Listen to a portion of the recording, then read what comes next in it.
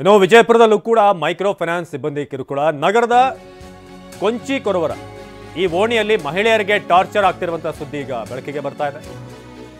ನಗರದ ಕೊಂಚಿ ಕೊರವರ ಓಣಿ ಮಹಿಳೆಯರಿಗೆ ಟಾರ್ಚರ್. ಇವರೆಲ್ಲ ಪೊರಕೆ ತಯಾರಿಸಿ ಮಾರಾಟ ಮಾಡುವಂತ ಮಹಿಳೆಯರು, ಇವರೆಲ್ಲ ಪೊರಕೆ ತಯಾರಿ ಮಾಡುವಂಥವ್ರು. ಎಲ್ಲವ ಸತ್ಯವ ಎನ್ನುವರಿಗೆ ಮೈಕ್ರೋ ಫೈನಾನ್ಸ್ ಸಿಬ್ಬಂದಿಯಿಂದ ಕಿರುಕುಳ ಆಗ್ತಿದೆ ಅಂತ ಈಗ ಆರೋಪ ಮಾಡಿದ್ದಾರೆ. ಸಾಲಗಾರರಿಗೆ ಫೈನಾನ್ಸ್ನವರಿಂದ ಕಿರುಕುಳ ಆರೋಪ. ವಿಜಯಪುರದಲ್ಲೂ ಕೂಡ ಮೈಕ್ರೋ ಫೈನಾನ್ಸ್ ಕಿರುಕುಳ ಕೇಳಿ ಬರ್ತಾ ಇದೆ. ನಗರದ ಕೊಂಚಿ ಕೊರವರ ನೋಡಿ, ಇವರೆಲ್ಲ ಪೊರಕೆ ಮಾರಿ ಅದನ್ನು ರೆಡಿ ಮಾಡಿ ಅದನ್ನು ಮಾರಿ ನಂತರ ಜೀವನ ಕಟ್ಕೊಳ್ಳುವಂಥವ್ರು. ಖಾಸಗಿ ಫೈನಾನ್ಸ್ನಲ್ಲಿ ಒಂದಷ್ಟು ಸಾಲ ಮಾಡ್ಕೊಂಡಿದ್ದಾರೆ. ಪ್ರತಿ ತಿಂಗಳು ಸಾಲದ ಕಂತು ತುಂಬುತ್ತಾ ಬಂದಿರುವಂಥ ಮಹಿಳೆಯರು. ಆದರೆ ಪೊರಕೆ ಮಾರಾಟ ಆಗದೆ 2 ತಿಂಗಳಿಂದ ಇವರು ಕಂತು ಇನ್ಸ್ಟಾಲ್ಮೆಂಟ್ ಕಟ್ಟಿಲ್ಲ. ಕಂತು ಕಟ್ಟದೇ ಇದ್ರೆ ಆಧಾರ್ ಕಾರ್ಡನ್ನು ರದ್ದು ಮಾಡಿಸ್ತೀವಿ, ಬ್ಯಾಂಕ್ಗಳಲ್ಲಿ ಸಾಲ ಸಿಗದಿರೋ ಹಾಗೆ ಮಾಡಿಸ್ತೀವಿ ಅಂತ ಕಿರುಕುಳ ಕೊಡ್ತಿದ್ದಾರೆ. ಹಾಗೆ ಮಕ್ಕಳ ಸ್ಕಾಲರ್ಶಿಪ್ ಅನ್ನು ಕೂಡ ಬಂದ್ ಮಾಡಿಸ್ತೀವಿ ಅಂತ.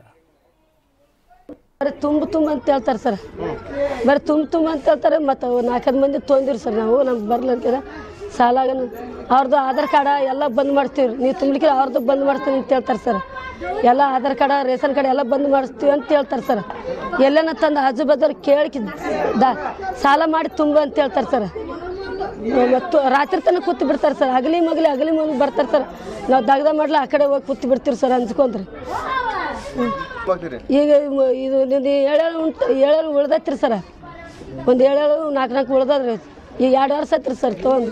ಆ ತಿಂಗಳದ ಈಗ 40 ಹಾಕ್ಯಾರ ಸರ್. ನಮ್ಮ ಪ್ರತಿನಿಧಿ ಅಶೋಕ್ ಈ ಬಗ್ಗೆ ಹೆಚ್ಚಿನ ಮಾಹಿತಿಯನ್ನು ಕೊಡ್ತಾರೆ. ಅಶೋಕ್, ಮಹಿಳೆಯರು ಸ್ವಾವಲಂಬಿಗಳಾಗಬೇಕು, ತಮ್ಮ ಕಾಲದಲ್ಲಿ ತಾವು ನಿಲ್ಲೋ ರೀತಿಯಾಗಿ ಅವರೇ ಕಷ್ಟ ಮಾಡ್ಕೊಂಡಿದ್ದಾರೆ. ಈ ಥರ ಟಾರ್ಚರ್ ಕೊಟ್ಟರೆ ಹೇಗೆ ಸಾಧ್ಯ ಅಂತ ಮಹಿಳೆಯರು ಮುಂದೆ ಬರೋದಕ್ಕೆ, ಏನೋ ಜೀವನ ಕಟ್ಕೊಳ್ಳೋದಕ್ಕೆ? ಖಂಡಿತವಾಗ್ಲೂ ಅವಿನಾಶ್, ಏನು ಇದು ಮೈಕ್ರೋ ಫೈನಾನ್ಸ್ ನ ಒಂದು ಪಡಂಬುತ್ತ ಅನ್ಬೋದು. ಇದು ವಿಜಯಪುರ ಜಿಲ್ಲೆಗೂ ಕಾಲಿಟ್ಟಿದೆ. ಇಲ್ಲಿ ವಿಜಯಪುರ ಜಿಲ್ಲೆಯ ಮಹಿಳೆಯರ ಜೀವನದ ಮೇಲೆ ಇದು ಪರಿಣಾಮ ಬೀಳ್ತಾ ಇದೆ. ಏನು ಮಹಿಳೆಯರ ಸ್ವಾವಲಂಬಿ ಜೀವನ ನಡೆಸಬೇಕು, ಜೊತೆಗೆ ಈ ಮೈಕ್ರೋ ಫೈನಾನ್ಸ್ ಕೂಡ ಚೇತರಿಕೆ ಕಾಣಬೇಕು ಅನ್ನೋ ನಿಟ್ಟಿನಲ್ಲಿ ಇವರು ಇದಕ್ಕೆ ಪ್ರೋತ್ಸಾಹ ಕೊಡ್ಲಾಗ್ತಾ ಇತ್ತು. ಆದ್ರೆ ಅದೇ ಪ್ರೋತ್ಸಾಹ ಇದೀಗ ಜನರ ಒಂದು ಜೀವಕ್ಕೆ ಕಂಟಕವಿದೆ ಅಂತ ಹೇಳ್ಬೋದು. ಏನು ವಿಜಯಪುರ ನಗರದ ಕೊಂಚಿ ಕೊರವರ ಓಣಿಯಲ್ಲಿ ಇರ್ತಕ್ಕಂಥ 2 ಮಹಿಳೆಯರು ಏನು ವಿವಿಧ ಅಂದ್ರೆ ಮುತ್ತೂಟ್ ಫೈನಾನ್ಸ್ ಹಾಗೂ ಹರ್ಬಲ್ ನವಚೇತನ್ ಫೈನಾನ್ಸ್ ಗಳಲ್ಲಿ ಲಕ್ಷ ರೂಪಾಯಿ ಸಾಲ ಮಾಡಿದ್ರು. ಆದ್ರೆ ಇಲ್ಲಿವರೆಗೂ ಸರಿಯಾಗಿ ಸಾಲವನ್ನ ಮರುಪಾವತಿ ಮಾಡ್ಕೊಂಡ್ ಬಂದಿದ್ರು. ಆದ್ರೆ ಕಳೆದ 2 ತಿಂಗಳಿಂದ ಅವರು ಸರಿಯಾಗಿ ಸಾಲವನ್ನ ಮರುಪಾವತಿ ಮಾಡ್ಲಿಲ್ಲ, ಅಂದ್ರೆ ಬಡ್ಡಿ ಸಮೇತವಾಗಿ ಕಂತನ ಕಟ್ಟಿರ್ಲಿಲ್ಲ.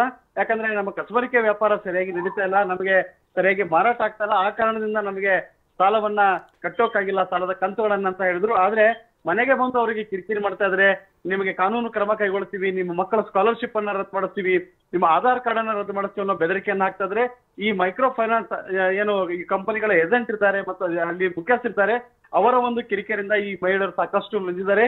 ಈ ಕುರಿತು ಅಧಿಕಾರಿಗಳು ಕೂಡ ಕ್ರಮವನ್ನ ಕೈಗೊಳ್ತೀವಿ ಅನ್ನೋ ಮಾಹಿತಿಯನ್ನ ತಿಳಿಸಿದ್ದಾರೆ. ಅವಿನಾಶ್, ಧನ್ಯವಾದ ಅಶೋಕ್ ಮಾಹಿತಿಗಾಗಿ.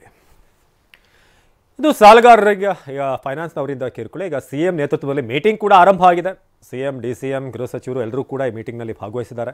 ಅಪರ ಕಾರ್ಯದರ್ಶಿ ಕೂಡ. ಇದರಿಂದ ಒಂದು ಪಾಸಿಟಿವ್ ಆದಂಥ ಔಟ್ಕಮ್ ಬರುತ್ತೆ ಅಂತ ನಾವು ನಿರೀಕ್ಷೆ ಇಟ್ಕೊಂಡಿದ್ದೀವಿ. ಯಾಕಂದರೆ ವ್ಯಾಪಕವಾಗಿ 5 ಲಕ್ಷಕ್ಕೆಲ್ಲ 19 ಲಕ್ಷ ಸೇಲ್ ಡೀಡ್ಗಳನ್ನು ಬರ್ಸ್ಕೊಳ್ಳೋದು, ಎಲ್ಲಿ ನೋಡಿದ್ರೆ ಇದು ಇನ್ನೊಂದು ಹಂತಕ್ಕೆ ಹೋಗಿದೆ. ಆಧಾರ್ ಕಾರ್ಡ್ ರದ್ದು ಮಾಡಿಸ್ತೀವಿ, ಮಕ್ಕಳ ಸ್ಕಾಲರ್ಶಿಪ್ಪನ್ನು ಕಟ್ ಮಾಡಿ. ಯಾರು ಇವರೆಲ್ಲ, ಯಾರು ಅಥಾರಿಟಿ ಕೊಟ್ಟವರು?